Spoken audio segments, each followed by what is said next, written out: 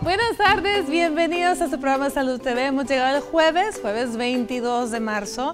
Este día estaremos aprendiendo de una patología muy importante que es la hemorragia cerebral. Sabemos si es patología o mejor dicho un evento que puede suceder secundario a otras situaciones. De eso vamos a estar aprendiendo este día.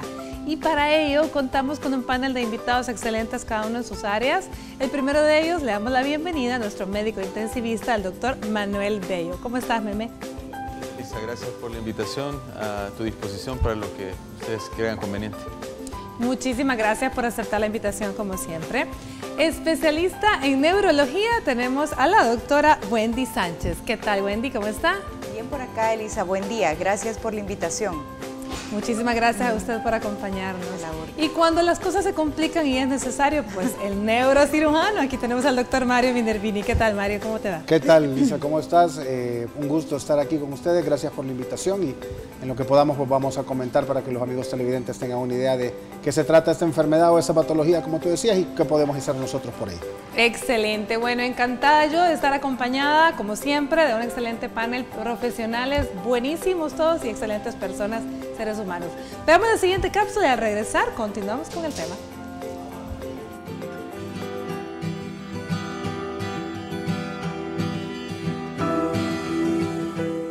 La hemorragia cerebral es la acumulación de sangre en el cerebro. Se trata de una enfermedad que es bastante grave y con la que se tiene un alto riesgo de mortalidad. Se inicia cuando se rompe un vaso sanguíneo y la sangre que se desprende inunda el cerebro.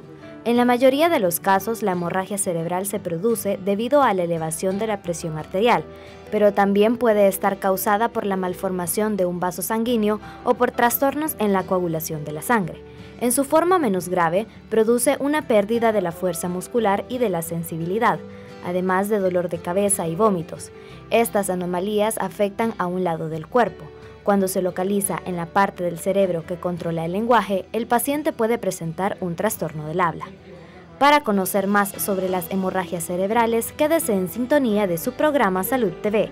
Nuestros especialistas estarán hablando de este interesante tema. Acompáñenos.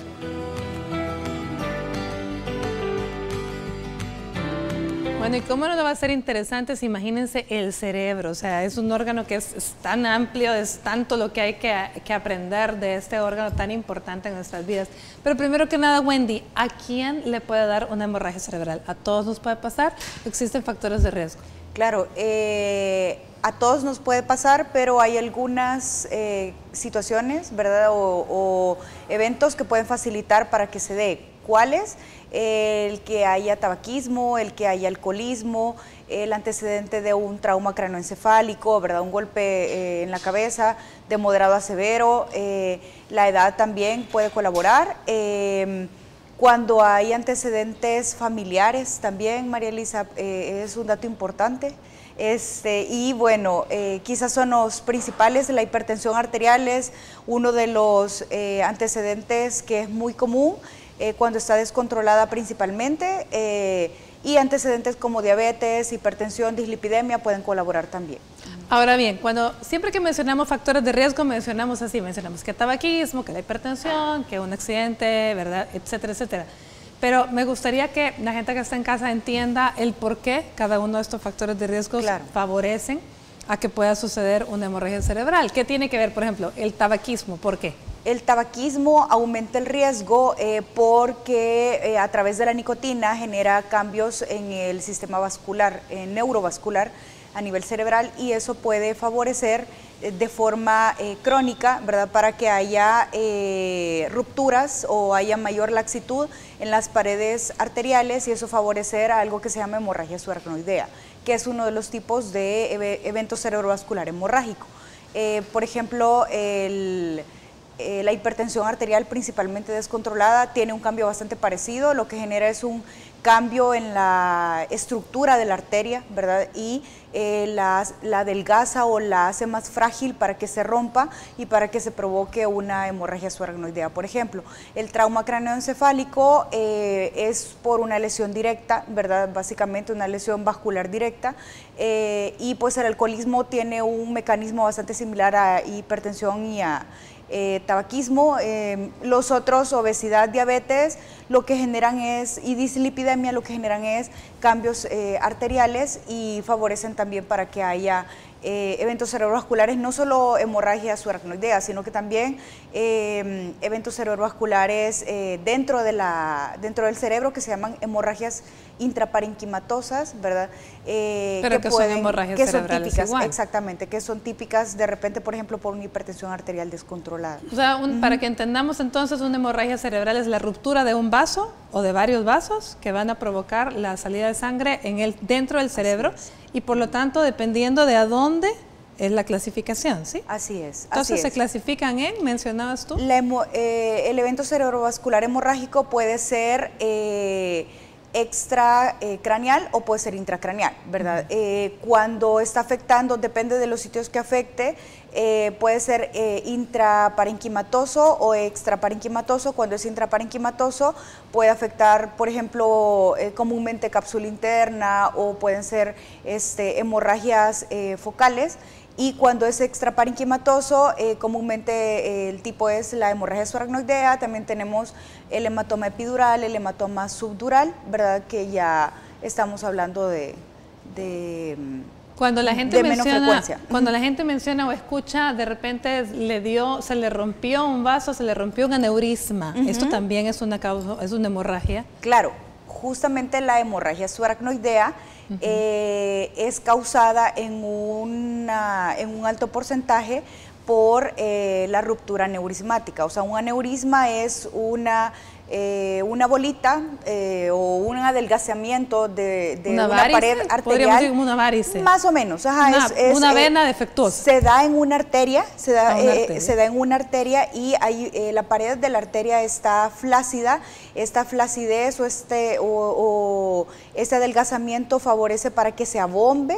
Ese abombamiento es lo que llamamos aneurisma, ¿verdad? Entonces, la ruptura de esta vejiguita o de este abombamiento genera la salida de sangre a un espacio que normalmente no hay sangre, y eso es llamado hemorragia subaracnoidea. La causa más común es la ruptura aneurismática, pero no es la única causa. No, así es. Y el aneurisma, al final de cuentas, no es algo que se formó en el camino, sino que ya lo traía de nacimiento. Es un defecto que ya estaba. Esa es una de las hipótesis, así es. Sí, o sea, no siempre. Pueden haber unas otras situaciones, Elisa, que pueden colaborar, como por ejemplo vasculitis secundarias, pacientes que tienen colagenopatías, sí. Los pacientes que tienen colagenopatías o que tienen problemas de lupus, por ejemplo, entre otras enfermedades, tienen una inflamación local y eso puede favorecer, o también infecciones, neuroinfecciones, principalmente las provocadas por hongos, se caracterizan por dar aneurismas y son asociados a neuroinfección, ¿verdad? Y adquiridos. Muy bien. Bueno, la verdad es que hay un montón, un montón de cosas, un montón de términos y un montón de sitios dentro del cerebro donde puede haber una hemorragia. Ahora bien, Manuel, o sea, una hemorragia puede comenzar insidiosa o los síntomas son de golpe. Pues bueno, la verdad es que la hemorragia cerebral, sus manifestaciones o su inicio de síntomas va a depender de la causa. Por ejemplo, las hemorragias que son secundarias a rompimiento de aneurisma o, por ejemplo, los que nosotros conocemos como ACV hemorrágico, derrames por sangre, generalmente los síntomas se instauran abruptamente, ¿verdad? Y los traumáticos, dependiendo también de qué vaso se ha roto o de qué región ha sido afectada, también pueden ser súbitamente, pero hay otro tipo de sangrados, por ejemplo, los hematomas subdurales secundarios a trauma, pueden pasar, especialmente en pacientes ancianos, puede pasar días, incluso meses, sin sintomatología y de repente comienza a ser insidioso, es decir, lentamente la aparición de los síntomas. Entonces, va a depender de la causa del sangrado o de la hemorragia para determinar si las manifestaciones son de inicio súbito o son de inicio insidioso. La mayoría de rupturas aneurismáticas, los derrames o ACV hemorrágicos son de instauración súbita, o sea, el paciente está, digamos, hasta cierto punto normal, haciendo sus labores diarias o habituales, y de repente comienza un dolor de cabeza sumamente intenso y cae. Esa es una presentación clásica muy frecuente de la ruptura de aneurisma, o un ACV hemorrágico que en la mañana ya no se levantó y no puede mover una parte de sus miembros, y dependiendo también de la cantidad de sangre que se extravase y que ocupe espacio en el cráneo, incluso el paciente puede llegar a entrar en coma, ¿verdad? Esos son ya cuadros bastante aparatosos que incluso el neurocirujano se encarga incluso de evacuar el sangrado, pero la instauración o el tiempo en que se va a tardar o se van a manifestar todos los signos y síntomas asociados a la hemorragia va a depender del tipo, ¿verdad? ¿En todos los casos de hemorragia cerebral tiene que ver un neurocirujano o no, Mario? Yo creo que el manejo inicial de una hemorragia subaracnoidea, el manejo inicial de un hematoma intraparenquimatoso, no necesariamente requiere la intervención de neurocirugía. Yo creo que la gran mayoría, y así está descrito y está en los libros, la gran mayoría de hemorragias cerebrales, ya sea dentro del cerebro o alrededor del cerebro, que esa sería una hemorragia subaracnoidea, son manejadas perfectamente bien por neurología y por cuidados intensivos. Es algo que un paciente con una hemorragia cerebral necesita pasar a cuidados intensivos para observación, porque uno tiene que ver cuál va siendo la evolución de este paciente. No todos los coágulos, no todas las hemorragias son quirúrgicas, de hecho es la minoría la que son quirúrgicas y que requieren nuestra intervención. El manejo fundamentalmente médico, y no solo es controlar el daño que ha provocado la hemorragia, sino las lesiones que vienen después de esa hemorragia, porque vienen otro tipo de lesiones y otra serie de eventos, que es ahí donde neurología y cuidados intensivos intervienen para poder disminuir o minorizar el daño secundario posterior a la hemorragia inicial. ¿Okay? Muy bien. Bueno, ¿qué les parece si vamos y escuchamos a Astrid Ábalos con el avance de TN21 y volvemos?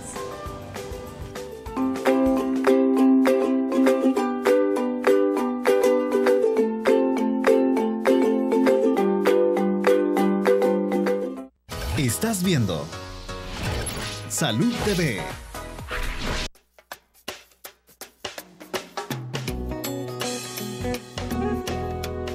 Bueno, tal vez podrían tener problemas del habla, pérdida de memoria a corto plazo tal vez, o a largo plazo, dependiendo cómo haya sido la gravedad de la enfermedad. Ahí solo sufriendo casos se puede decir bien, ¿verdad?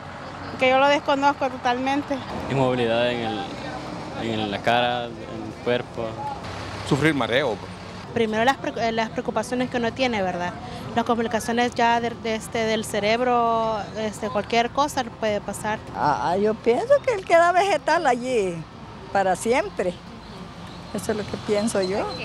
Bueno, la pérdida de la capacidad psicomotriz de la persona, la posibilidad de pensar correctamente o moverse de la manera en que ellos lo desean.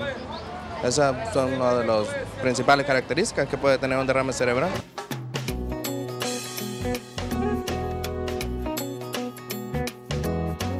Muchas gracias a todos los amigos que siempre responden a nuestro sondeo, pero antes de comentar me gustaría que la doctora nos aclarara, las preocupaciones no nos dan hemorragia cerebral, ¿verdad? Porque imagínense si no todos estaríamos ya.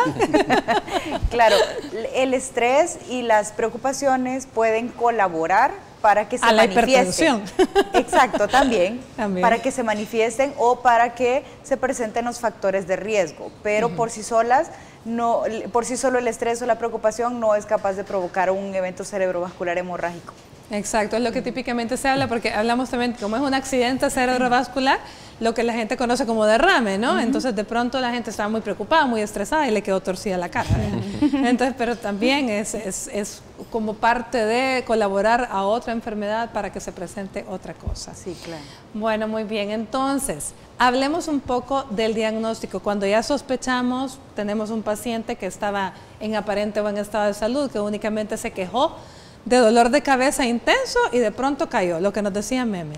Llega la emergencia, ¿qué hacemos?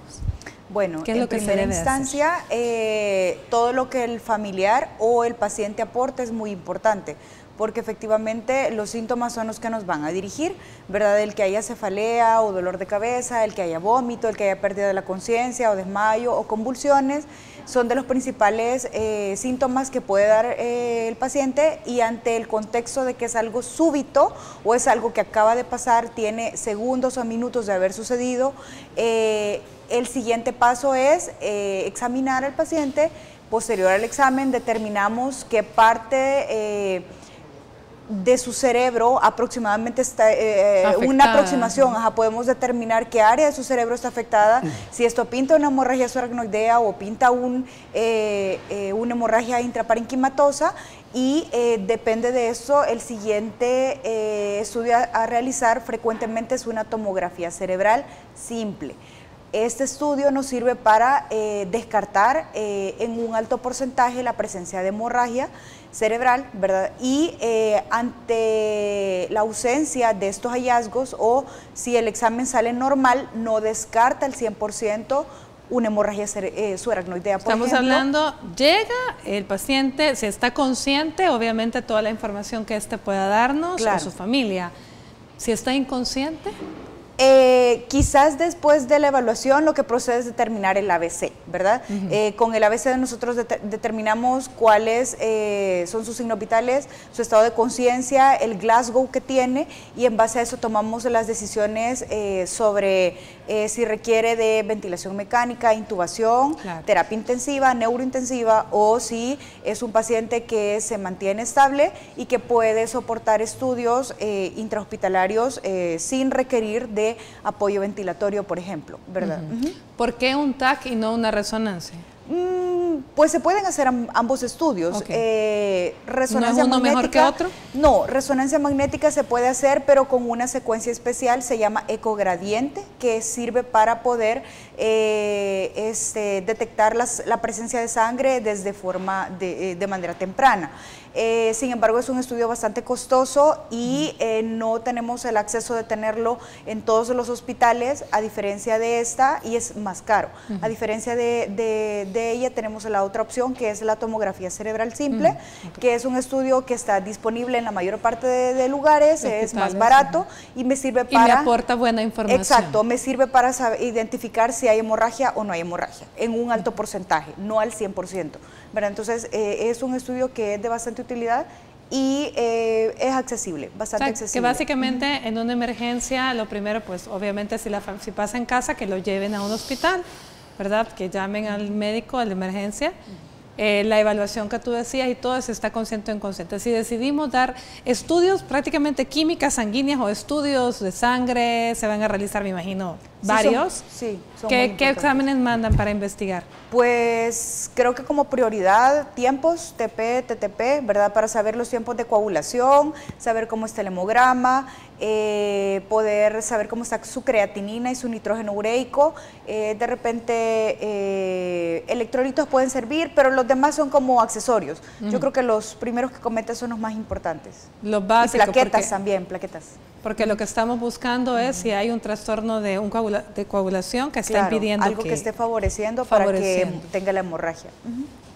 Si decidimos que se ventile, entonces entramos en ya cuidado intensivo. Sí, lo que pasa es que cuando hay un sangrado intracraneano, estamos hablando de que es una cantidad de sangre que está dentro del cráneo, y como todos sabemos, el cráneo es una cavidad cerrada. Entonces esta cavidad cerrada, si se empieza a extravasar sangre, empieza a ocupar este espacio dentro de esta cavidad, y como no tiene cómo salir o expandirse hacia afuera, comienza a comprimir todas las estructuras importantes del cerebro. Entonces incluso puede provocar la muerte, porque hay daño y lesión a nivel de los centros de la respiración, centros de signos vitales, etcétera.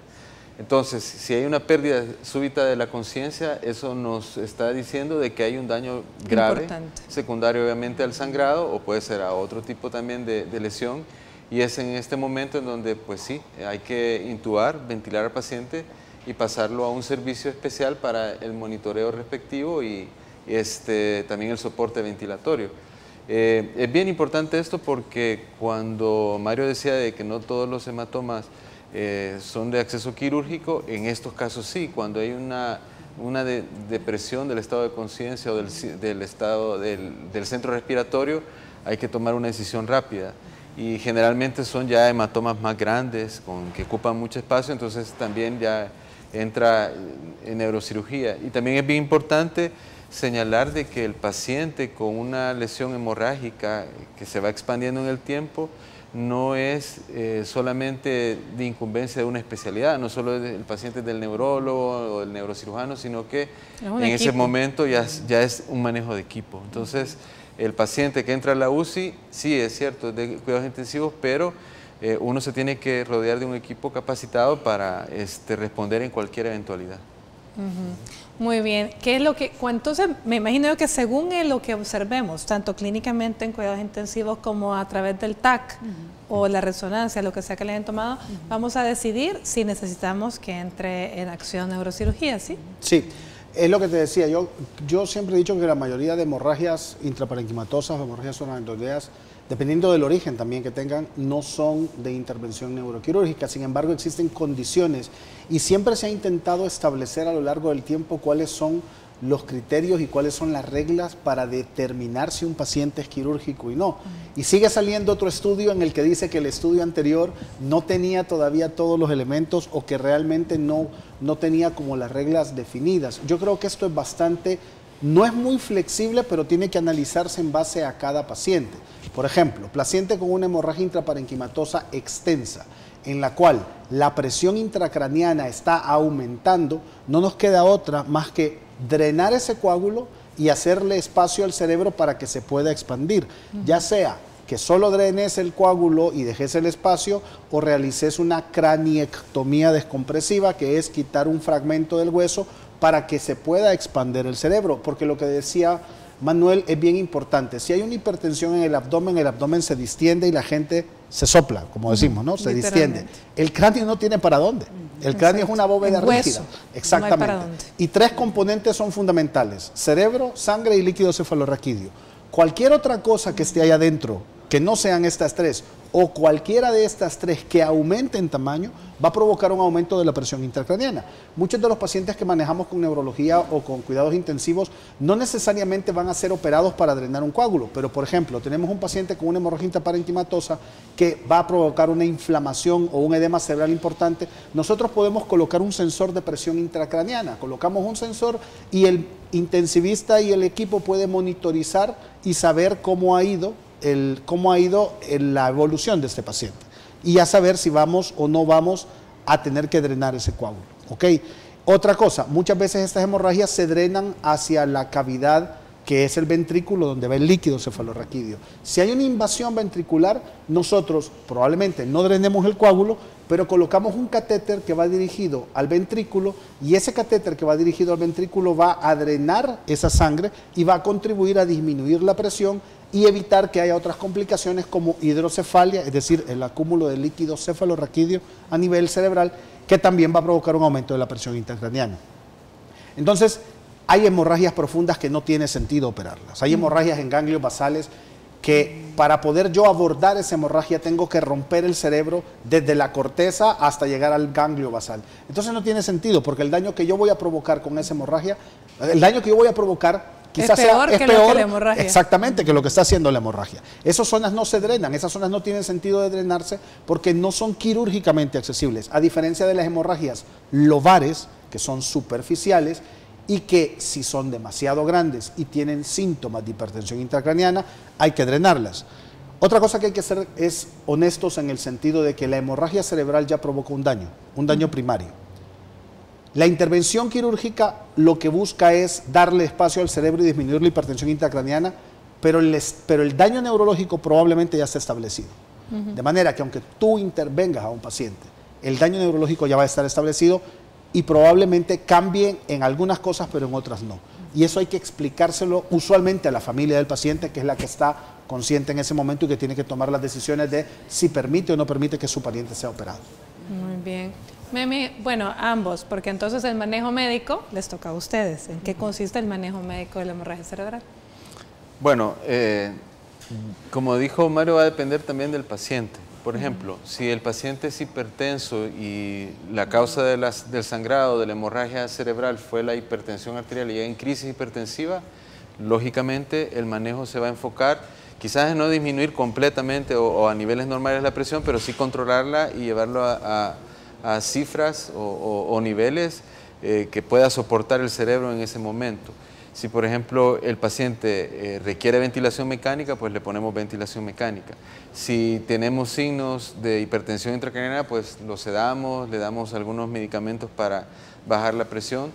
Pero el manejo médico es también multifactorial, va a depender del factor que desencadenó el sangrado para tratarlo esto. Y hay otros tipos de sangrados, por ejemplo, traumas que provocó un hematoma o un sangrado, en donde también la analgesia es bien importante. Entonces, son un montón de cosas que nosotros tenemos que controlar, la glicemia, o sea, el azúcar, etcétera. Entonces, el manejo médico, al igual que el quirúrgico, van de la mano, ¿verdad? Si no controlamos uno, difícilmente vamos a controlar el otro. Definitivamente un equipo multidisciplinario que tiene que estar en mucha comunicación para poder tratar en forma integral al paciente y que éste salga adelante. Bueno, ¿qué les parece si ahora vemos al doctor Rafael Trejo Ayala? Él es hematólogo internista, para que nos hable sobre las enfermedades de la sangre que pueden afectar al cerebro. Ya volvemos.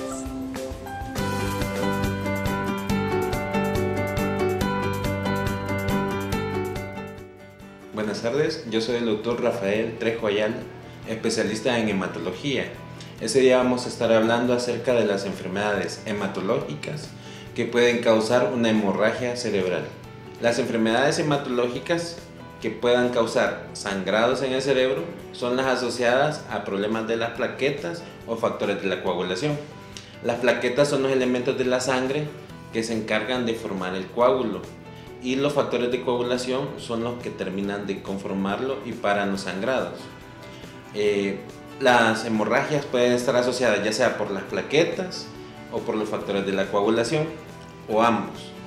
Entonces, cuando hay un problema de las plaquetas, la más frecuente hemorragia es a nivel cerebral, como la plaquetopenia inmune, como enfermedades del hígado que causan disminución de las plaquetas, leucemias, aplasia medular, etc. Los factores de coagulación son enfermedades como la hemofilia, enfermedades que vienen desde la infancia, o sea, de nacimiento, factor de la coagulación como la enfermedad de von Willebrand, hemofilias adquiridas, que son enfermedades que tienen disminución o ausencia de los factores de la coagulación. Entonces, las hemorragias cerebrales pueden aparecer en cualquiera de estas. Los síntomas, la mayoría de veces, va a ser dolores de cabeza, alteraciones visuales, moretes en cualquier parte del cuerpo, asociados a dolores de cabeza, convulsiones o pérdida del conocimiento. Yo soy el doctor Rafael Trejo para Salud TV. Nos vemos en el próximo.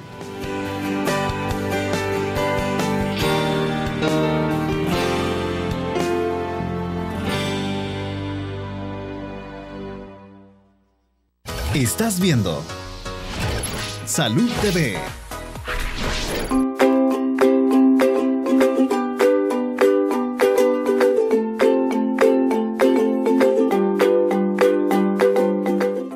Feliz provecho a usted que está almorzando. Gracias por permitirnos acompañarle. Estamos en nuestra sección de primeros auxilios. Acompaña al doctor Rodolfo Castro, especialista en salud ocupacional. ¿Qué tal, Rodolfo? ¿Cómo estás? Muy bien, contento siempre de estar compartiendo esos temas tan importantes, ¿verdad? Este día hemos estado analizando un poco precisamente lo que son los accidentes cerebrovasculares o lo que comúnmente se conoce también como derrames. La pregunta es, ¿y qué hacer en caso de primeros auxilios? Y eso es lo que vamos a hablar este día. Excelente, porque hemos estado con nuestros invitados platicando sobre cómo va a ser el abordaje a partir de la emergencia, pero no hemos dicho qué va a hacer la gente en casa cuando pasa algo y se sospecha que esto es lo que está sucediendo. Exactamente. Muy bien. Bueno, los accidentes cerebrovasculares o hemorragias o derrames, como le llamamos en algún momento, pues ya los compañeros especialistas hablaron de las múltiples causas, pero quizás lo más importante desde el punto de vista de primeros auxilios es que identifiquemos realmente qué es lo anormal que la persona tiene en ese momento. Por ejemplo, uno de los casos más comunes son las personas ya de tercera edad, cuando ellos se encuentran, por ejemplo, las mamás, por ejemplo, las abuelitas se encuentran orando, muchas veces cuando les da el accidente cerebrovascular o el derrame, quedan sobre la cama. Entonces da la impresión que están rezando, por ejemplo. Entonces la gente cuando ya pasa y sabe que tiene un promedio de tiempo que ya hace este proceso y ya se pasó, entonces hay que acercarnos. A veces la gente cree que están dormidos, pero en realidad no están dormidos. Les ha dado un derrame cerebral. Ahora, el problema radica básicamente en que tenemos que identificar algo que ya la doctora mencionaba anteriormente. En primeros auxilios, ustedes se recuerdan que hemos hablado del famoso ABC. ¿Qué es el ABC? La identificación de los signos vitales de la persona para ver que realmente tenga vida, ¿ya? Y obviamente activar el sistema de emergencias. En esta ocasión nos está acompañando Alexis, que va a ser nuestro modelo, y pues el ya conocido ingeniero Alejandro Cristales. ¿Qué vamos a hacer? Bueno, en primer lugar, ¿qué pasa, por ejemplo, cuando la víctima es mucho más grande que nosotros y no lo podemos sacar? A veces no solamente el problema se da en la casa, a veces se dan en lugares restringidos, a veces caen en las cocinas. Entonces, ¿cómo les ayudamos? ¿Cómo los sacamos si a veces no tenemos la capacidad para poderlos levantar y sacarlo en brazos, por ejemplo? Entonces vamos a recordar una técnica que ya la vimos anteriormente, que es la técnica de maniobra Rautek, y luego vamos a ver una técnica bomberil. Bien, en esta ocasión vamos a pedirle a Alexis que se acueste. Alexis se va a acostar, está simulando ya obviamente que cayó desmayado. Que cayó desmayado, en estado de inconsciencia. A veces la persona no es que esté inconsciente, a veces no pueden hablar y solo se escucha un balbuceo, oh, ¿qué te pasa? Oh, no hayan que decir, no pueden hablar en ese momento. Entonces, lo que tenemos que hacer nosotros es identificar si la persona realmente tiene, si tiene vida. Entonces, lo primero que vamos a hacer es aplicar lo ya conocido, el famoso ABC. Identificamos frecuencia cardíaca, que es la C, circulación, ¿ya? Luego viene la letra A, que es la apertura de la vía aérea, rápidamente. Luego venimos e identificamos que haya frecuencia respiratoria. Ahora que ya sabemos eso y sabemos que tiene vida, aunque está en un estado de inconsciencia, vamos a activar el número que ya todos conocemos, el 132. Activemos el 132 y demos la información que nos van a pedir en ese momento. Y si la persona se encuentra en peligro, porque esto no solamente va a pasar en las casas, puede suceder en la calle, por ejemplo. Entonces lo que tenemos que hacer es aplicar una maniobra. Vamos a repetir esta que ya la conocemos, que es la maniobra Rautek. Básicamente lo que hacemos es que cruzamos las piernas de la víctima, las cruzamos para disminuir la fricción en el piso. Y número 2, cruzamos los brazos de la víctima y luego después de eso nos vamos hacia la parte de atrás. Y lo que hacemos es que metemos nuestros brazos a nivel de las axilas de la víctima. Y algo muy importante que tenemos que ver es que si ustedes se fijan en la parte de adelante, tal vez pueden hacer una toma, en la parte de adelante, Cristales está agarrando los brazos. Y eso es el freno. Y el levantamiento tiene que ser a nivel de las piernas. Tal vez le podemos hacer una toma a las piernas de Cristales. Y se van a dar cuenta ustedes de que el levantamiento es con piernas. Cristales, ahí está. Y no va a utilizar la columna, porque caso contrario puede tener una lesión. A la cuenta de 3, 1, 2, 3. Levantamos y lo hacemos hacia atrás. Lo jalamos hasta donde tenemos que sacarlo para poder auxiliar. Y obviamente seguimos evaluando. El caso número 2, que es el que vamos a ver ahora, es una técnica bomberil. Le pedimos nuevamente a Alexis que se ponga en la posición. Y esa técnica es cuando la persona es mucho más grande. Por ejemplo, las personas tienen sobrepeso. Entonces ya es más complicado, porque ya no lo podemos levantar. Entonces necesitamos arrastrarlo. Y entonces la técnica consiste de la siguiente manera. Veamos a Cristales ahora una vez más. Siempre cruzamos los miembros inferiores, que es importante, para disminuir la fricción y de esa manera se nos haga más fácil el alarlo. Cruzamos los miembros. Luego vamos a colocarnos exactamente atrás de la víctima, suponiendo que Alexis fuese mucho más grande que Cristales. Y vamos a abrir sus brazos y lo vamos a colocar sobre las piernas de Cristales. Y lo que va a hacer Cristales básicamente es irse hacia atrás, vean por favor, y va a comenzar a alarlo. Hagámoslo, ahí va, vean. Y lo comenzamos a sacar del lugar donde está para que pueda ser atendido. Ese es en el caso que la persona sea de mucho peso arriba del que sí, está... de lo que el brigadista puede soportar. O en este caso el rescatista o la persona, a veces pueden ser jóvenes. Una persona que se está tratando de ayudar. A veces son jóvenes de 14, 15 años que no lo pueden levantar, y a veces los abuelitos, abuelitas o mamás o papás tienen un peso mucho mayor. Entonces ellos tienen que sacarlo de esos lugares donde hay factores de riesgo que comprometen ya la vida, ya solamente con el derrame ya tienen un compromiso serio. Así y recuerden que es muy importante aplicar primeros auxilios porque si ustedes se dieron cuenta, tenemos especialistas muy buenos, ¿verdad? Ya vimos que tenemos neurólogos, intensivistas, neurocirujanos, pero recuerden que tienen que llegar al hospital. Si no llegan al hospital, no van a poder hacer uso de cada una de las especialidades. Excelente. Recordemos, por favor, Rodolfo, el número que tenemos que llamar para activar la emergencia. Por favor, siempre active el 132. No marque el 911, por favor, el 132, porque es el exclusivo para emergencias médicas. Me interesa de sobremanera que usted que está en casa se aprenda este número telefónico, el 132, especialmente ahora que ya vamos cerca de las vacaciones, a un periodo de vacaciones en el cual pues las emergencias pueden suceder. Por favor, 132. Gracias, Rodolfo. Gracias, Alexis. Gracias, Ingeniero Cristales. Nos vamos a una pausa comercial y volvemos con más de Salud TV.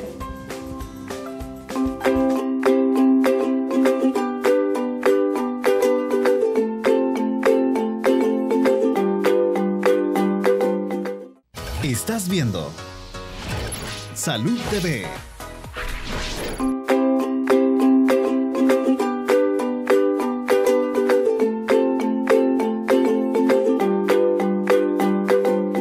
Gracias por continuar con nosotros. En este bloque quiero aprovechar, vamos a leer una pregunta que nos ha mandado una televidente. Veamos qué nos dice Osmara Santín.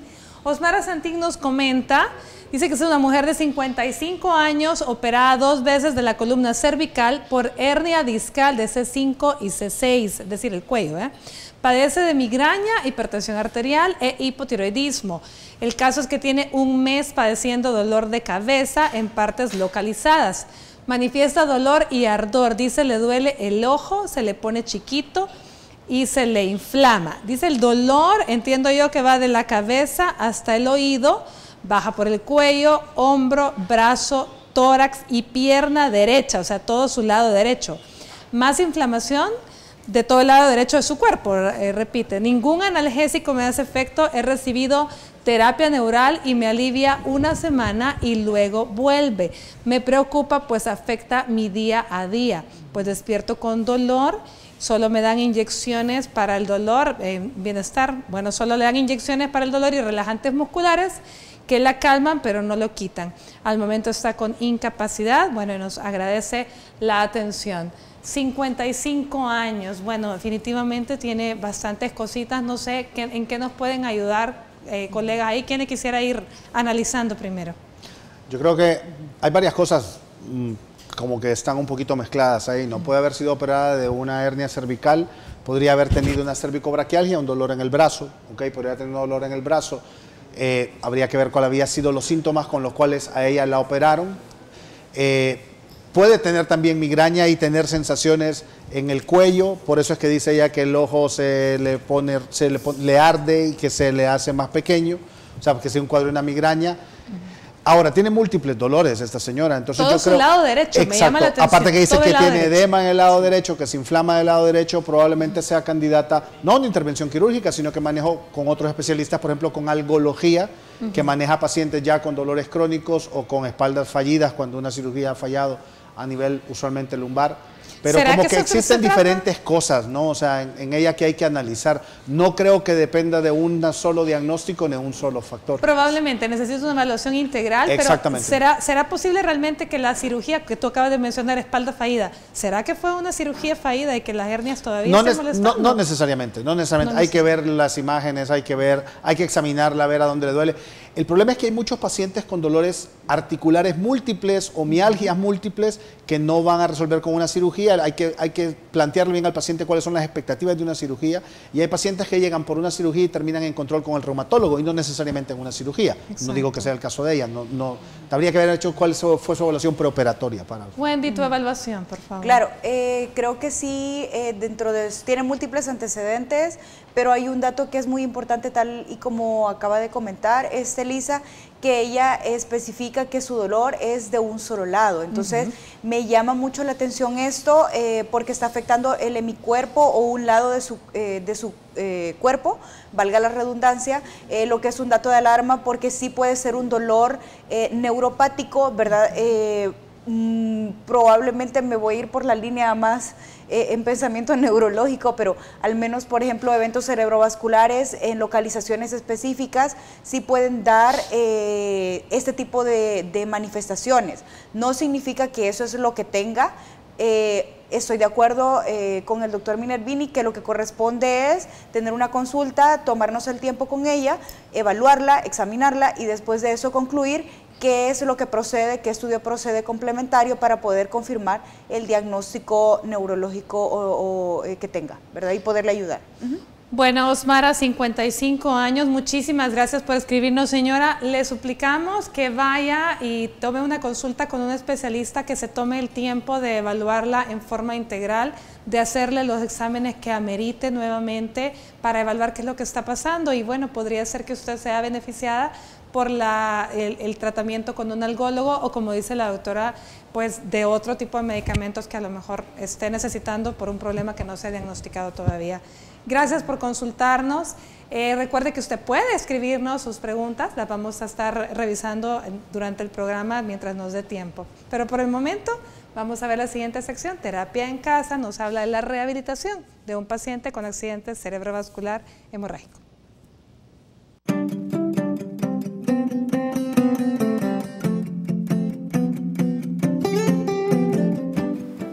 Buenas tardes, amigos de Salud TV, les saluda la licenciada Olga Benavides, fisioterapeuta y terapeuta ocupacional. Este día en Terapia en Casa hablaremos sobre la rehabilitación en el paciente que ha sufrido una hemorragia cerebral. La fisioterapia en el paciente que ha sufrido una hemorragia cerebral puede empezar a partir de las 48 horas posteriores. El fisioterapeuta deberá hacer una evaluación del estado físico del paciente y evaluará aspectos como el equilibrio, marcha, coordinación, el estado de los músculos y el estado cognitivo del paciente. Los ejercicios van a ir buscando recobrar la función, la fuerza y la movilidad, y entre esos podemos tener ejercicios para movilidad en cama, ejercicios específicos de extremidades de brazos y miembros inferiores, ejercicios de rolado en cama, ejercicios que preparen al paciente nuevamente para pasar de la cama a una silla normal o de la posición sentado a la posición de pie. También podemos realizar ejercicios de estiramiento en el caso del paciente que presente una leve espasticidad. También el paciente deberá aprender a utilizar aparatos de asistencia como bastones o andaderas, todo dependerá del estado del paciente. También tenemos ejercicios que van enfocados a reeducar la marcha, a mejorar el equilibrio y la coordinación para así prevenir caídas. Recuerde asistir a sus terapias puntualmente para mejorar la función lo más pronto posible. Soy la licenciada Olga Benavides para Salud TV. Nos vemos en la próxima.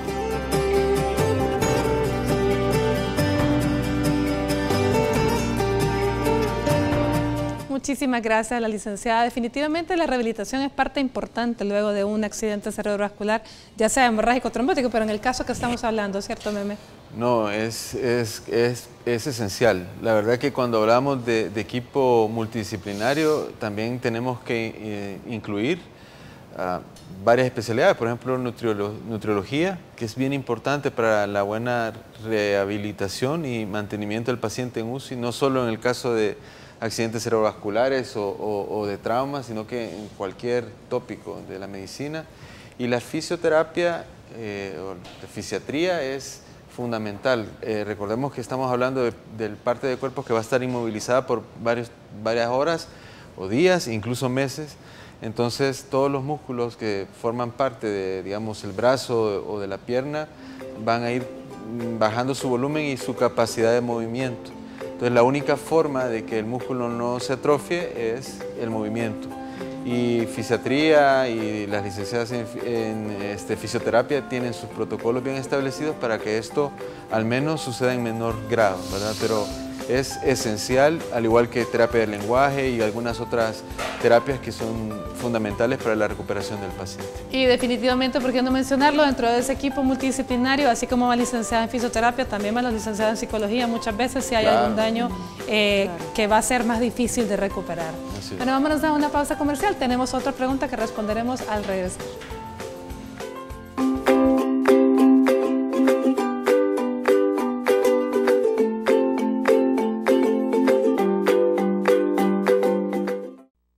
Estás viendo Salud TV.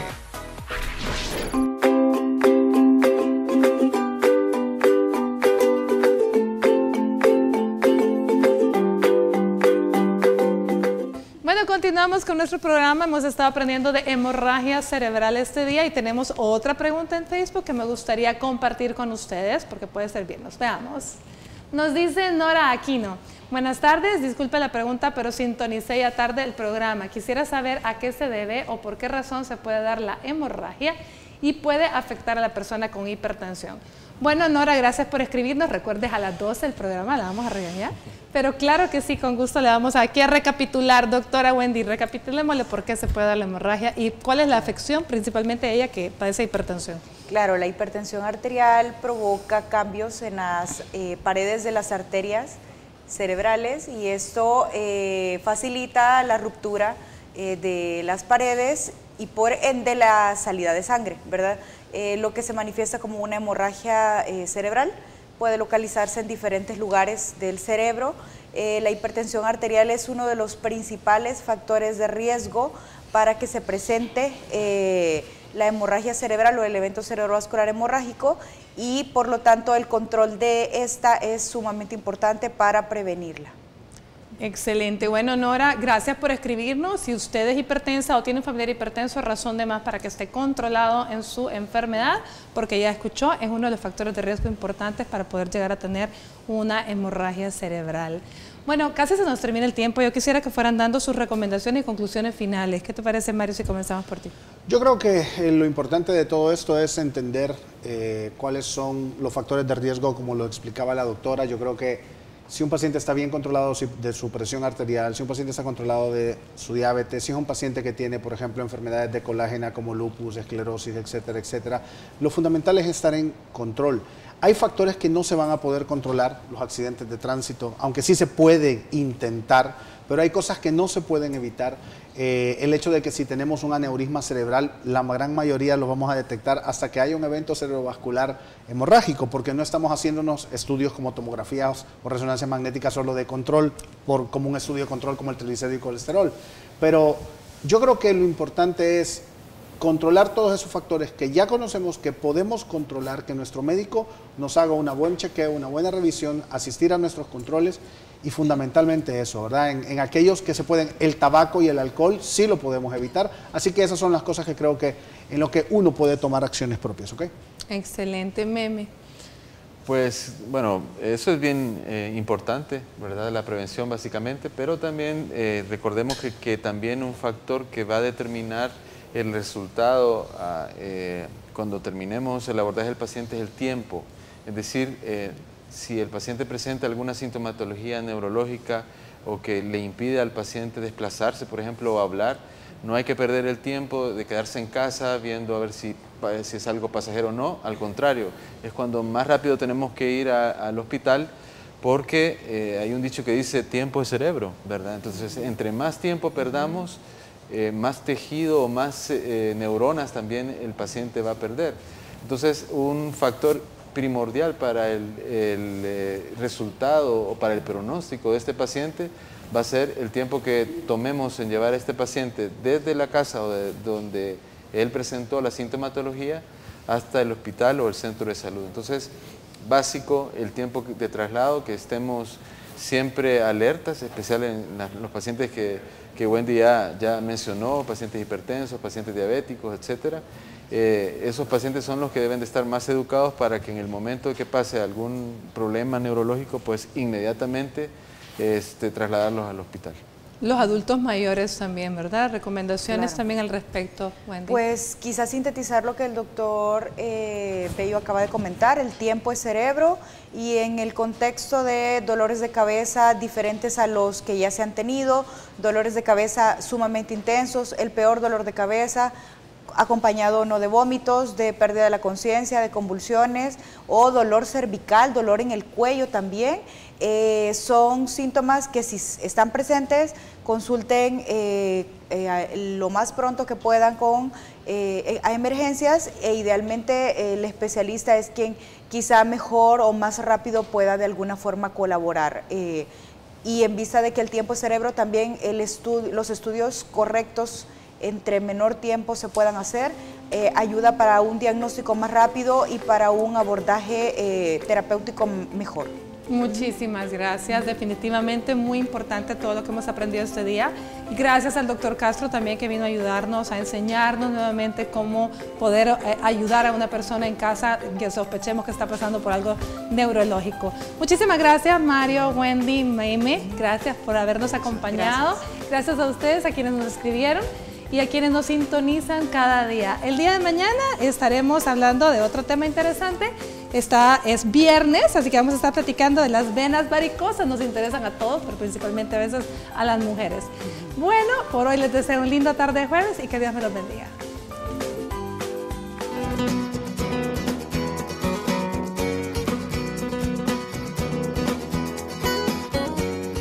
Para reducir el riesgo de sufrir una hemorragia cerebral, te damos las siguientes recomendaciones.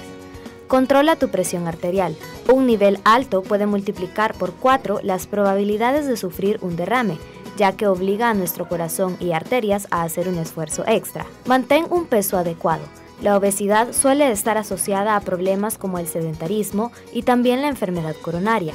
Bajar 10 libras puede reducir significativamente estos factores de riesgo. Sé positivo.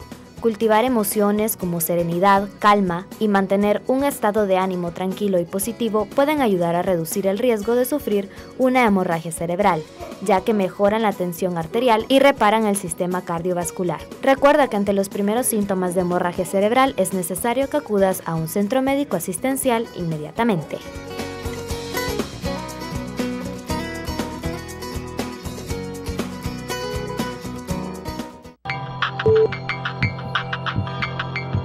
Thank you.